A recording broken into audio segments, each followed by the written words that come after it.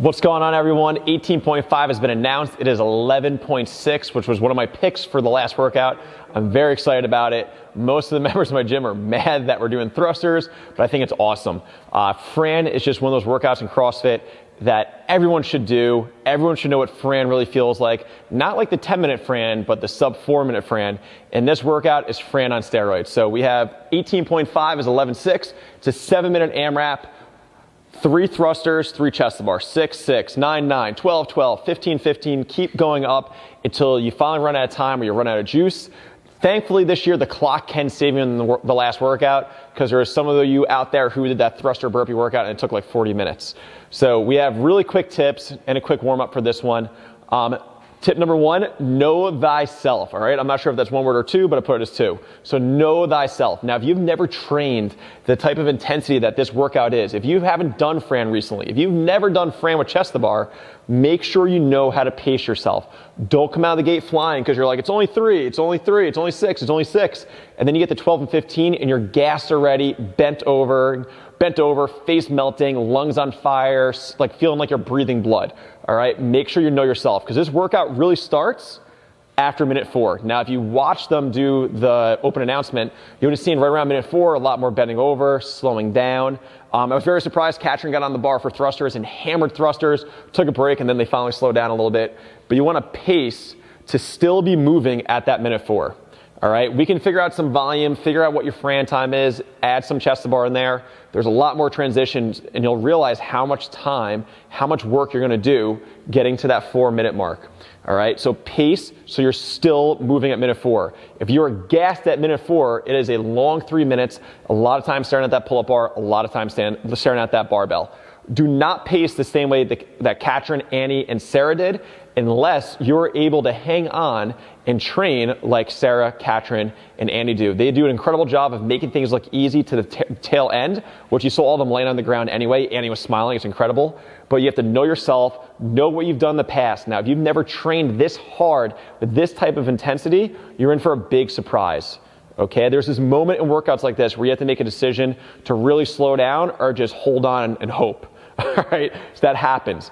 Hope is not a good game plan for this workout, but that might happen to you. You might as well face reality and realize that it's not going to be cruise through and try and ramp up the end. It's going to be go, go, go, and just hold on the best you can as you get to the limits of your ability and your capacity, your engine. All right, now when to break. This is going to be individualized for a lot of you because you need to know which one's your strength, which is your weakness. If you're incredible at thrusters, try and make up some time, hold on there. If you're incredible at chest to bar, you can do bigger sets. But I think the trap a lot of us are going to fall into is that, oh yeah, I can do a set of 12 to 15 chest to bar. Maybe you can do more. Awesome. If you can do more, great. But realize that the volume builds, right? You're at 3 reps, 9 reps, 18 reps. 18 plus 12 is 30 reps. So by the time you get to the 15 round, you've done 30 chest to bar. Now, if you're one of those people where you do regular kipping chest to bar and a set of 8 to 10 is hard, you're just triple your max set already. So if you know pull-ups are an issue, break early and pace the pull-ups in a way to minimize rest, not to maximize the number of reps in a set. Because what we don't want to see early on, or hopefully not until the last minute of this workout, is that I bang out 6 chest to bar, 7 chest to bar, and then I'm hanging out for 30 seconds looking at the ground bent over. Okay? So you want to pace those pull-ups for the shortest rest you can. So if you only have, let's say you have 20 chest to bar, breaking up to 12 might be smart. It might be smart to go 8-4 just to save yourself because the combination of grip on pull-ups, gripping hard, and then trying to get that flexibility for thrusters, it plays a part in this. Anyone who's done Fran really, really hard, you get that forearm pump, you get that burn. So we want to think about that. Where to push. Now this comes down to what you're better at. So for me, I know I can push on thrusters and it's not going to affect my pull-ups as much. I like thrusters. I'm one of those weird people. Those of you out there love burpees. I'm not one of those people, but thrusters, that's my jam. I enjoy them. I'm going to push more on thrusters. I'm not going to break up thrusters while I'm breaking up pull-ups a lot earlier because I know where my strengths and weaknesses are. I know how many thrusters in a row I can do at 95 pounds. 21's fine for me, right? For Fran's type stuff.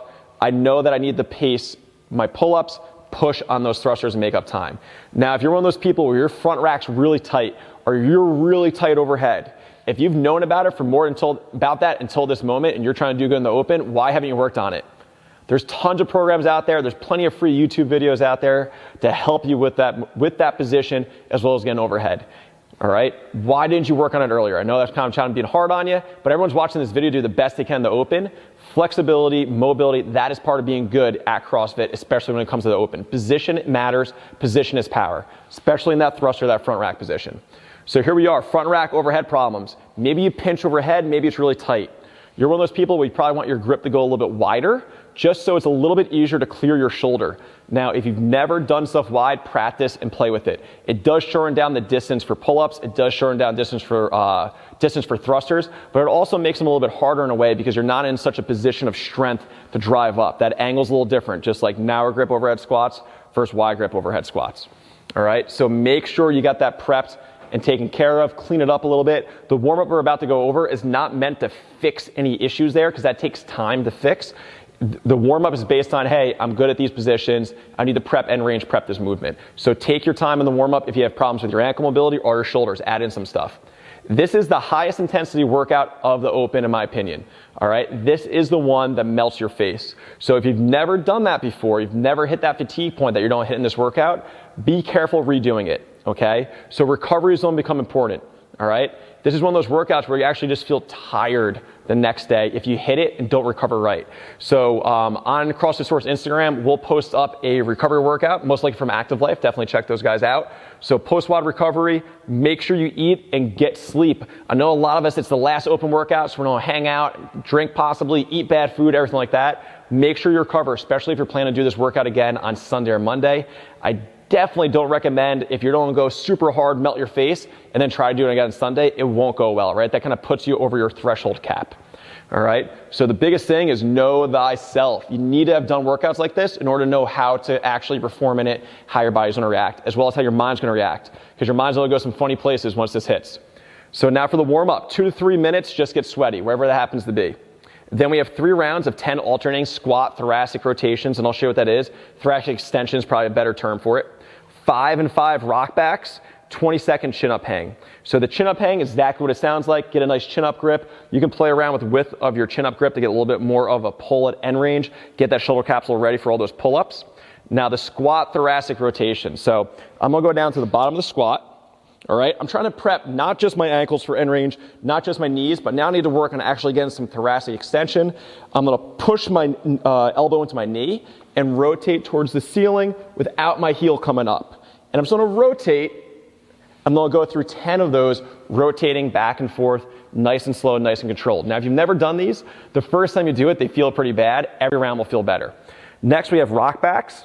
So it's a little single leg action. It's kind of like a couch stretch on steroids.